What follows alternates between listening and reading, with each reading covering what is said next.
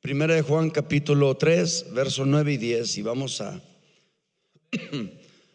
amén. Y cuando usted lo tenga, dígame amén y vamos a dar lectura. Mire, hay veces que hay palabras que nosotros entendemos porque nos las han dicho o nos las han contado. De hecho, hay cosas que nosotros hemos aprendido porque nos las han dicho o nos las han contado, pero no porque las hemos conocido o experimentado. De hecho, de ahí esa es una de las razones o uno de los medios por donde nosotros recibimos el sistema de creencias. El sistema de creencias se desarrolla de dos maneras: por lo que tú has aprendido y por lo que te han contado, te han dicho ser verdad. ¿Sí? Ahora, entiende, una cosa es que se te diga a ti algo o que se te haya dicho algo y que tú creas que eso que se te dijo sea verdad. ¿Sí? Y otra cosa es que aquello que se te dijo que es verdad, en verdad sea verdad. No sé si me estoy explicando. O sea, muchas veces nos han dicho muchas cosas y nos dijeron que son verdad y nosotros las dimos o las tuvimos como asentadas, ¿es la palabra correcta? Como una verdad. Pero que después nosotros experimentamos aquella cosa y nos dimos cuenta que no es verdad. Entonces esa es una de las maneras como nosotros desarrollamos nuestro sistema de creencias. De hecho, yo le digo a la gente, es como el matrimonio, o sea, nadie te escoge a la persona con la que te vas a casar, tú la escoges. ¿Estás aquí? Y tú la escoges porque tú crees que esta persona es la correcta, ¿verdad? ¿O no? Y tú das esto por asentado como algo cierto, ¿no? Hasta que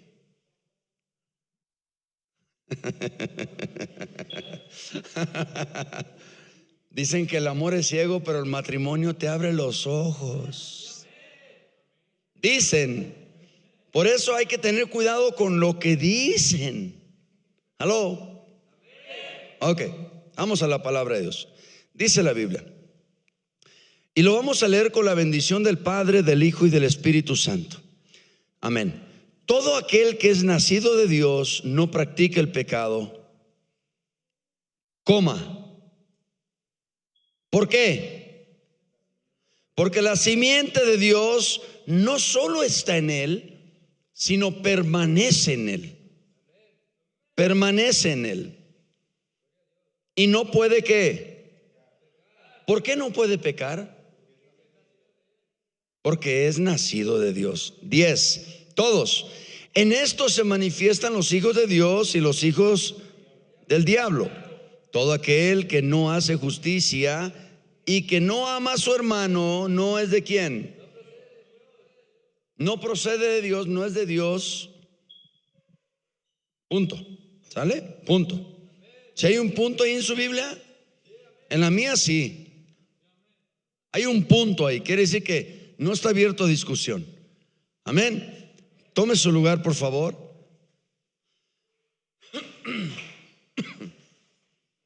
Ok.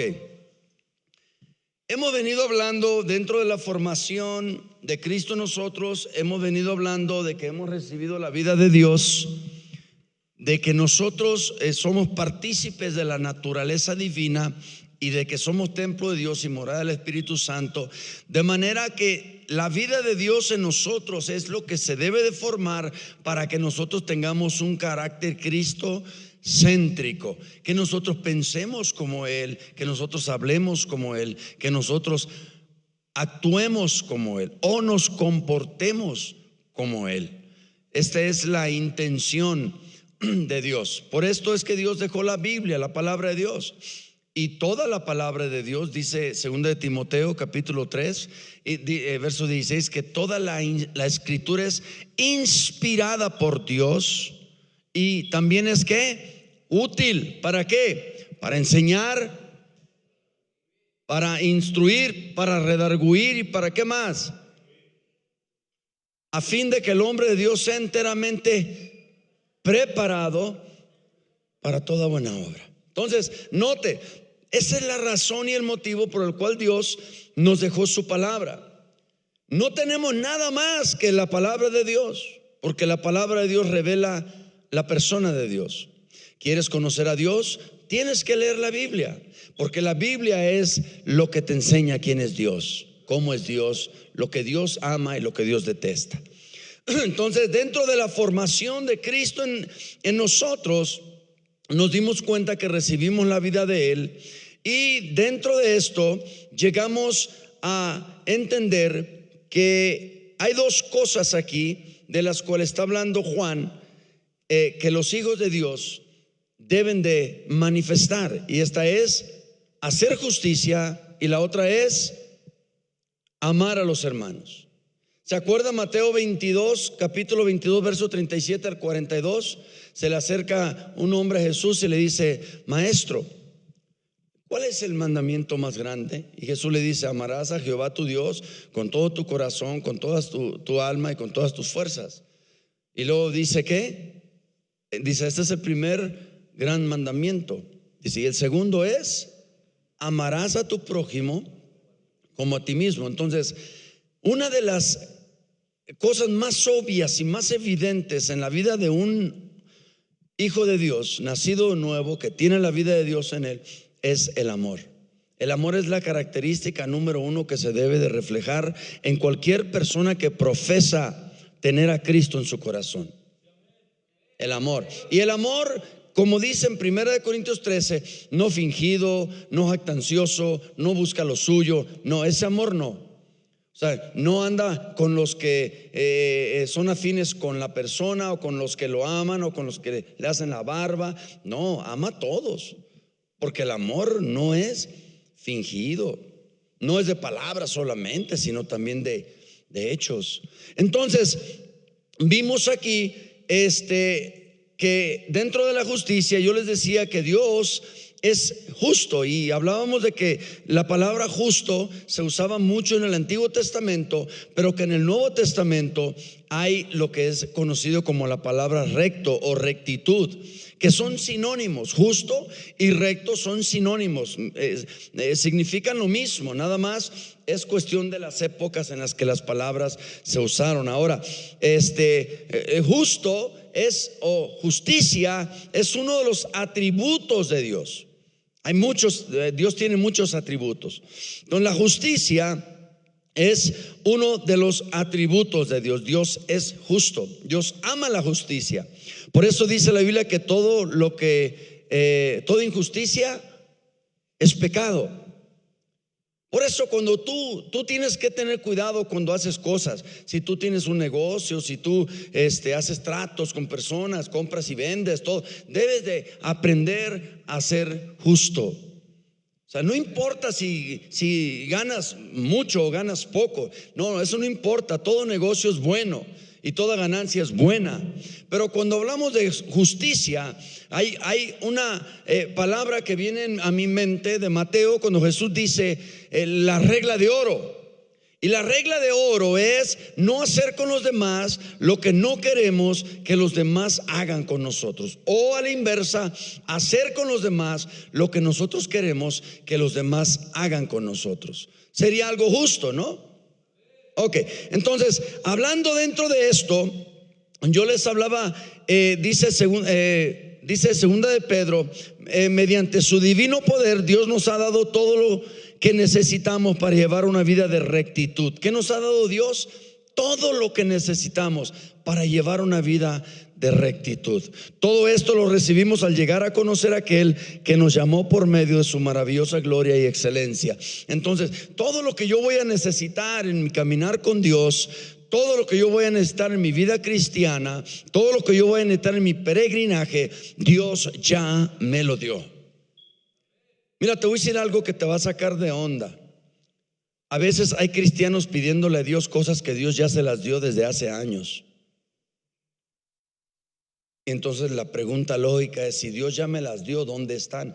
Es que esas cosas se reciben por fe. Entonces no las has recibido porque te falta ¿qué? Fe. No falta que Dios te las dé, Él ya te las dio. ¿Sí? Pero te hace falta fe para echar mano de ellas. Ahora, yo te hablaba de que Dios siempre hace lo correcto porque es parte de su naturaleza. Dios no hace lo correcto porque quiere quedar bien con alguien o porque alguien externo a Él o fuera de Él lo hace hacer algo bien. No, nada fuera de Dios puede hacer que Dios haga nada, porque escúchame, todo lo que hay fuera de Dios fue creado por Dios. Dios es el creador de aquello y nunca jamás va a ser mayor la creación que el creador. ¿Estás de acuerdo? Nunca puede ser, jamás puede ser mayor la creación que el creador. Entonces, en este caso, Dios es el creador y nosotros somos la creación. Entonces nosotros no podemos ser mayor que Él, nunca. Entonces, nada de lo que está fuera de Dios puede influenciar a Dios. Dios no puede ser influenciado por nada ni por nadie, porque todo fue creado por Él. Entonces, cuando decimos Dios siempre hace lo correcto, estamos diciendo de que la razón por la que Dios siempre hace lo correcto es porque es parte de su naturaleza. Los cristianos siempre hacemos la pregunta: ¿qué es imposible para Dios? Y luego la respuesta de los cristianos es ¿cuál? ¿Ah? No, sí. Hebreos dice que es imposible que Dios mienta. Pero te digo, necesitas, si tú escuchas algo y lo das asentado como una verdad, luego tú lo vas a proclamar porque tú crees que aquello es una verdad, hasta que llegas a experimentar aquello. Si como la Biblia dice nada es imposible para Dios, entonces nosotros automáticamente pensamos que nada es imposible para Dios. No, no está diciendo eso la Biblia. Necesitas leer el texto, el contexto, para que tú puedas entender a qué es lo que se está refiriendo ahí donde dice en Lucas capítulo 1 verso 27, me parece, donde dice María: ahora entiendo que para Dios nada es imposible. Necesitas entender eso, porque si no, entonces vas a hacer lo que pasó ahorita. Vas a decir nada es imposible para Dios, mas sin embargo Hebreos dice que es imposible que Dios mienta. ¿Sí entiendes? Porque si no, entonces vamos a tener una contrariedad y la Biblia no se contradice. Ahora escucha, al igual como es imposible que Dios mienta, es imposible que Dios no haga lo correcto siempre.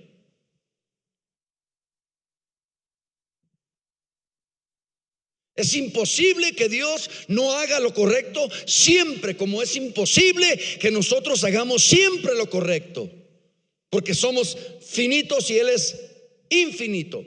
Entonces es imposible que Dios no haga lo correcto siempre, como es imposible que nosotros hagamos siempre lo correcto. Porque yo soy finito y Dios es infinito, porque yo soy creado y Él es creador. ¿Vamos bien? Ok, entonces cuando hablamos de que les dije que correcto quiere decir libre de error, de acuerdo con los hechos o la verdad. No la verdad que te contaron y que tú dejaste asentada como una verdad. ¿Alguna vez te contaron algo y tú lo dejaste asentado como una verdad, o tú creíste por mucho tiempo que aquello era cierto hasta que un día te desenteraste? Levanta la mano.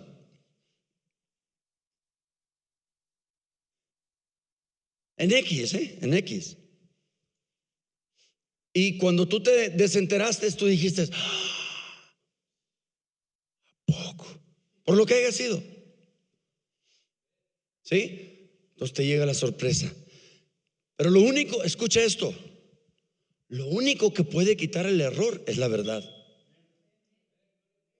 Lo único que puede quitar el error es la verdad.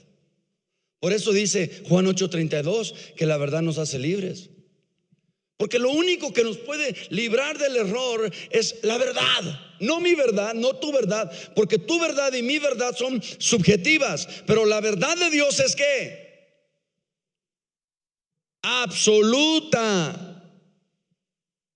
La verdad de Dios es absoluta. Absoluta quiere decir 100% verdad. Él no es hombre. Entonces, seguimos con esto.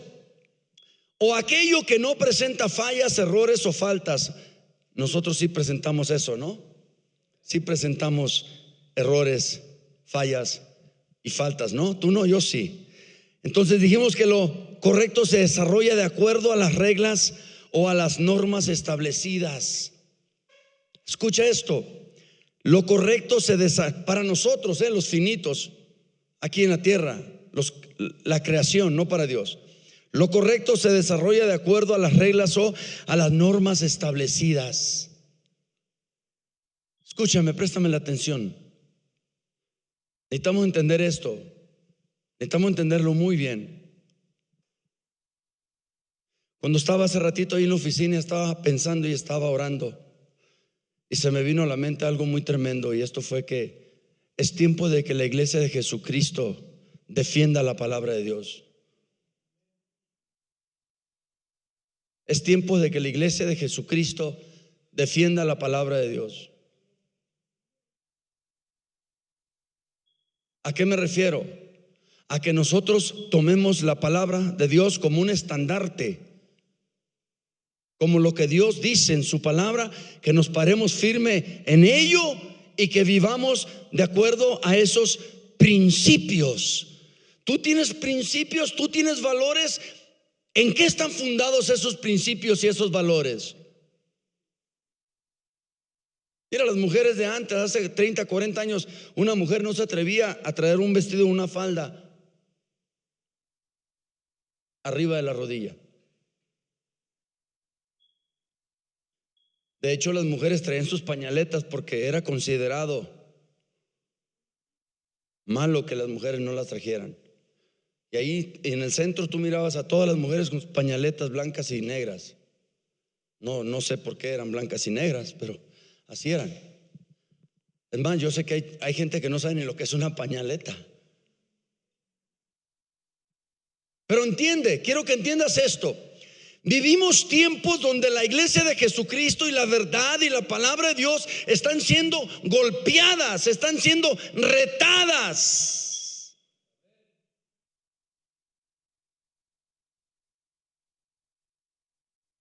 Mira, si nosotros hablamos, por ejemplo, del matrimonio, hablamos que varón y hembra, ¿qué? Los hizo. Mas sin embargo ahora está siendo retada esa palabra con un hombre y otro hombre, y con una mujer y otra mujer.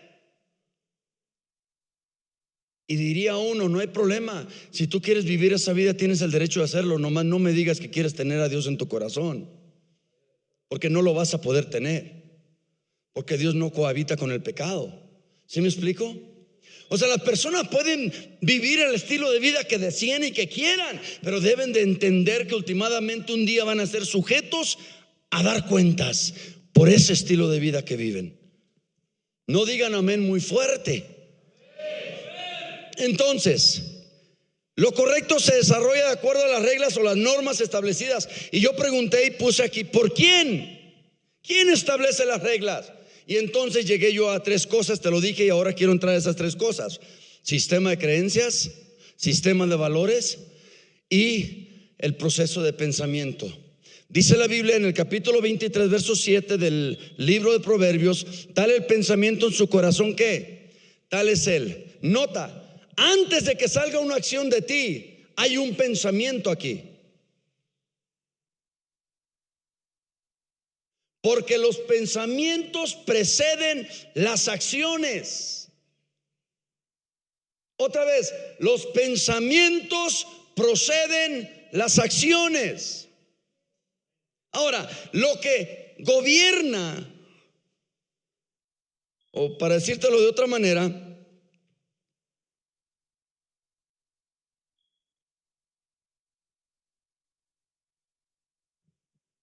lo que crea o forma aquello, la formación de nuestros sistemas de creencia dan forma a nuestros valores, a nuestros comportamientos y a nuestros pensamientos.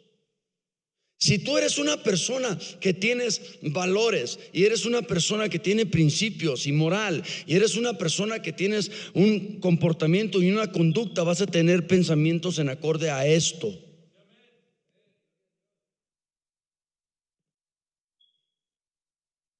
¿Has oído que una persona se porta mal y le dicen que haga algo y no lo hace? Eres un malcriado. Malcriado quiere decir sin principio, sin formación. Sin principio y sin formación.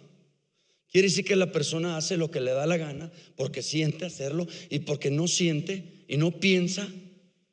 Porque si tuviera valores, pensaría en esos valores y entonces creería en esos valores y aquello lo conduciría hacia un comportamiento más aceptable. Escucha, ¿aceptable a qué? Aceptable a sus creencias.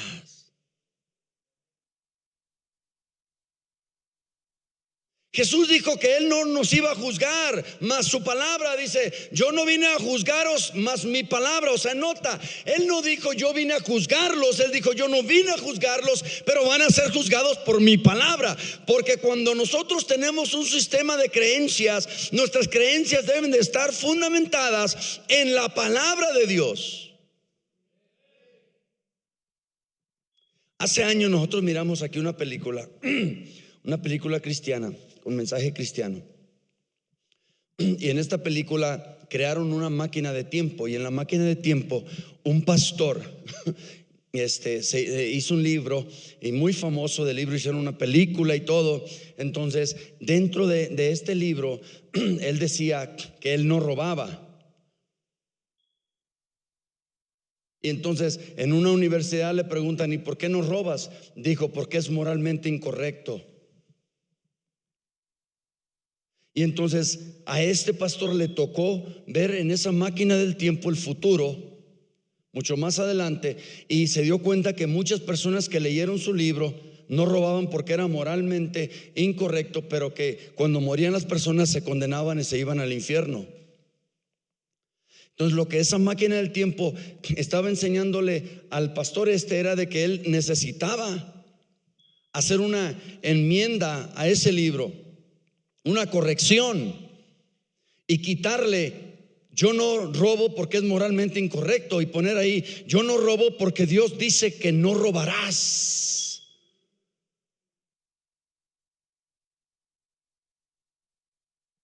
Y entonces cuando él hace esa corrección, y entonces leen ahí que dice no robo, ¿por qué? Porque Dios dice no robarás. Y entonces la gente empezó a leer aquello, y la gente empezó a convertirse al evangelio por lo que él había escrito. ¿Sabe usted que en ocasiones usted y yo vamos a ser la única palabra de Dios que la gente va a alcanzar a leer? Pablo dice a los Corintios que somos libros abiertos, leídos por todos. Si somos libros abiertos, leídos por todos, mi pregunta es: ¿qué es lo que la gente está leyendo de mí?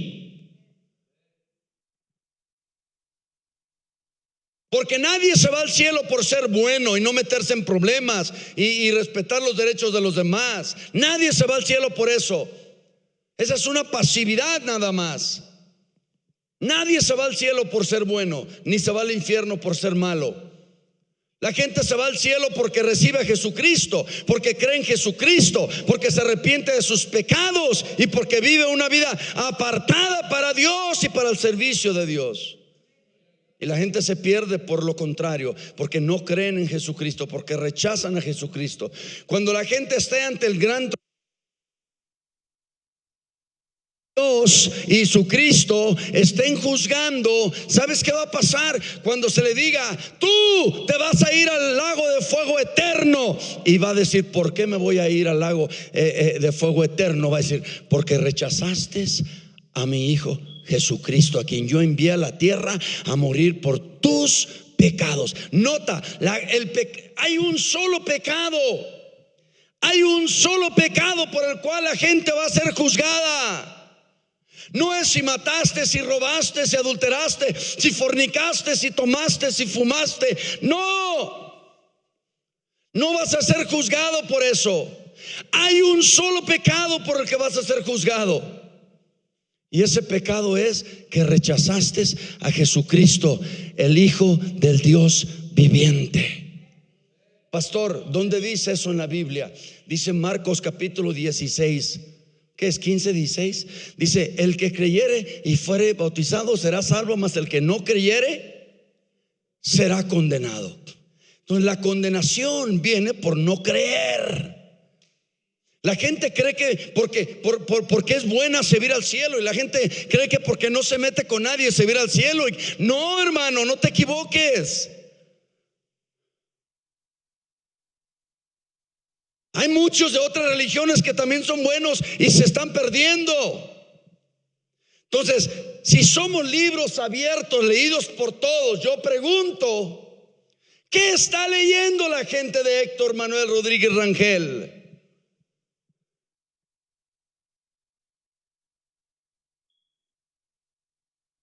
Porque en esto se manifiestan los hijos de Dios. Manifiestan en esto son libros abiertos. Esto es lo que están escribiendo las páginas de tu vida. Esto es lo que están leyendo los que están ajenos a ti. Este es el mensaje que tú estás enviando.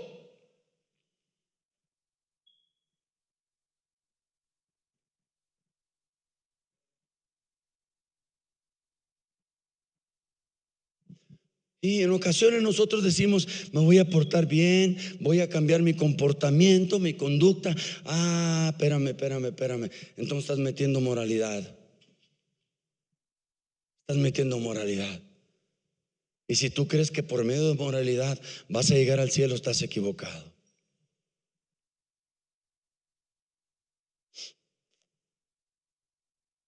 ¿Has oído de la palabra cruda moral?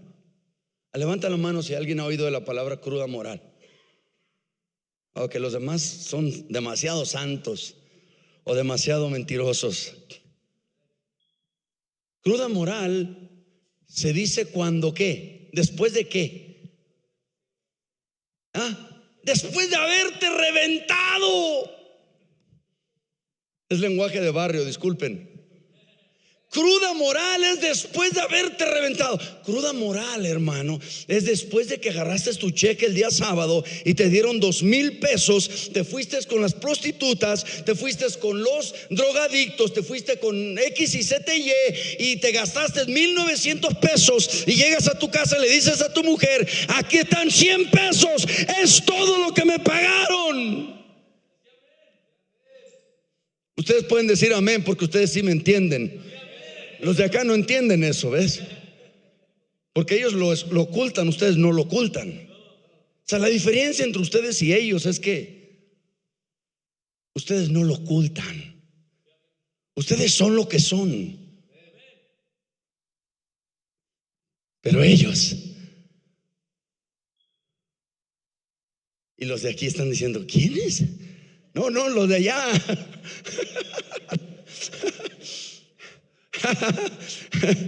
¿Sí me explico? Entonces te llega la cruda moral, pero tú no sabes nada de eso. Cuando tu esposa, cuando tú sabes que vas a llegar a tu casa y tu esposa, ahí es donde le sacan adjetivos a las esposas como leona. ¿Por qué le dicen leona? Dicen: ya me voy.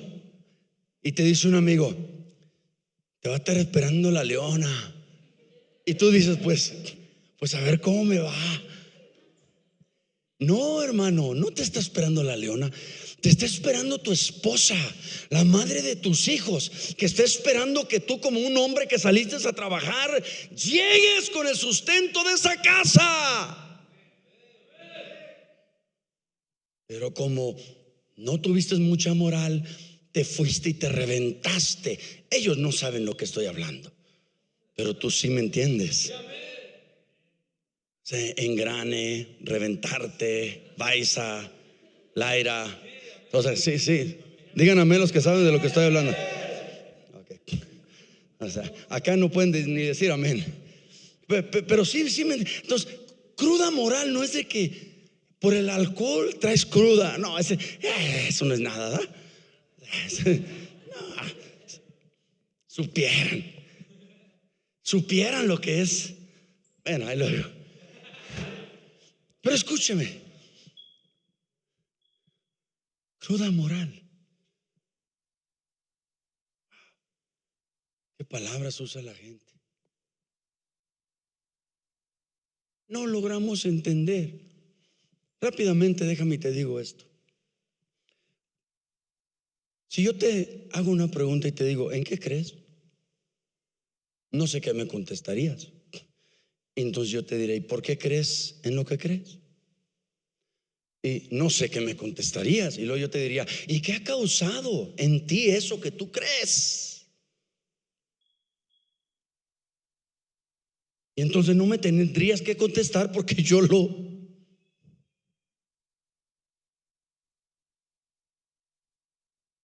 veo. No tengo que preguntar qué ha causado en ti lo que tú crees. La creencia de una persona es tan buena y tan efectiva como los cambios que ella genere en la vida de una persona. Si tú todavía estás luchando con un mal comportamiento que tenías desde antes de conocer a Cristo, entonces ese Cristo que tienes no tiene nada de poder. Porque el Cristo de la Biblia tiene poder no solo para ayudarte a librarte de este tipo de cosas, cambiar totalmente, nota, no cambiar tu comportamiento ni tu conducta, cambiar tu naturaleza.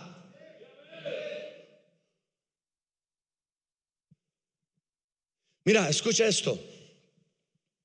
¿Cómo se llama ese que usan para los granitos y las espinillas? Asepsia. El primer producto que sacaron de Asepsia fue una crema para la piel. Y después hicieron unos estudios y se dieron cuenta de que estos espinillas y todos estos granos no son por fuera el problema.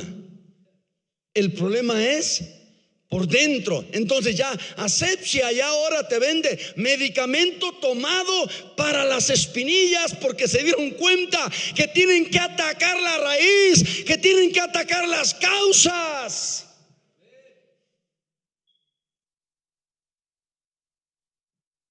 Entonces tenemos personas que está el árbol y le están cortando ramas al árbol y están apodando el árbol. Hablo en querer cambiar conductas y comportamientos y actitudes.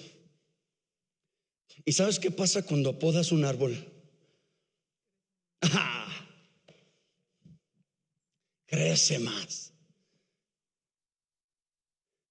Y un día te topas con que no, pues ya ni para qué ser cristiano, no me sirve de nada. O llega tu esposo y te dice, ¿para qué vas a la iglesia? Si no te sirve de nada, mira, no has cambiado nada, eres la misma regañona, pleituda, esto y lo otro, y aquí y allá. ¿Cuántos saben que no es cierto eso?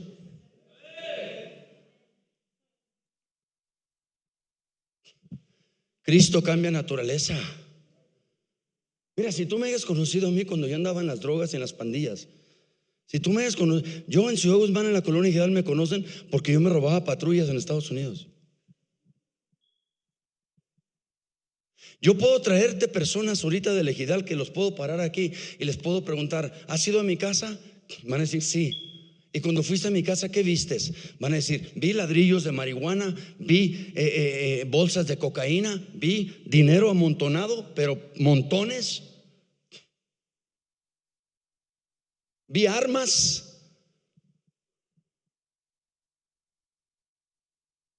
Por eso ellos no simpatizan con mi fe, pero me respetan. Porque ellos saben de dónde vengo, porque ellos me vieron como yo era. ¿Estamos aquí? Entonces, escucha esto, porque ya se me está acabando el tiempo. ¿Cuánto va? ¿30? ¿40? Ya se me acabó. Ya.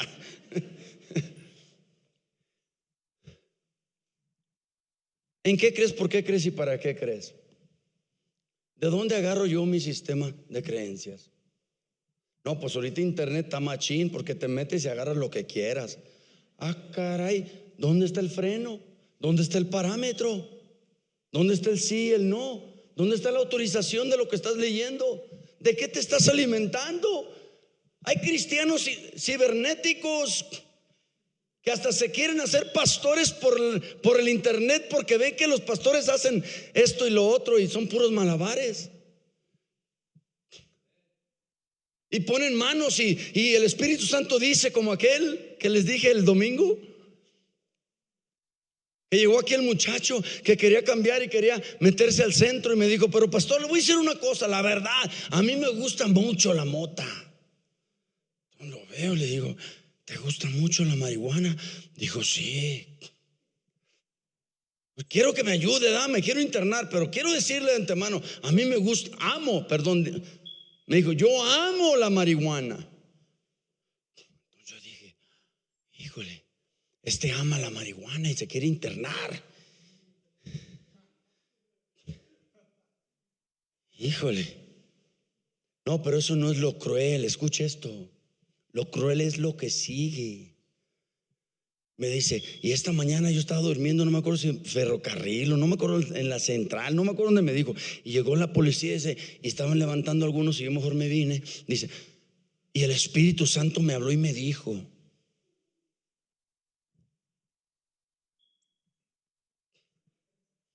No, pues entonces hay que amar la marihuana para que el Espíritu Santo también nos hable y nos diga.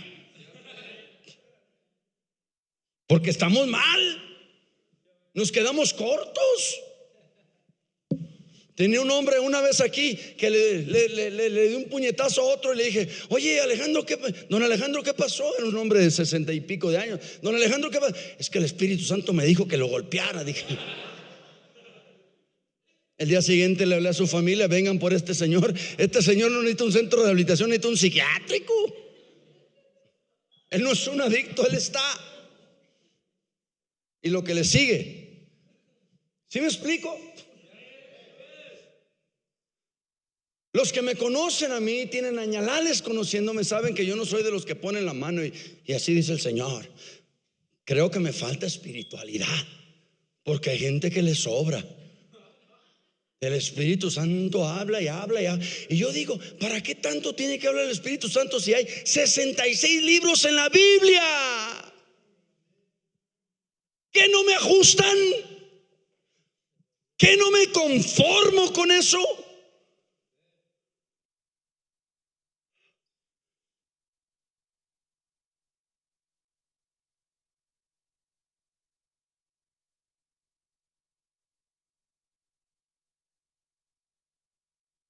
Ten cuidado, ten cuidado.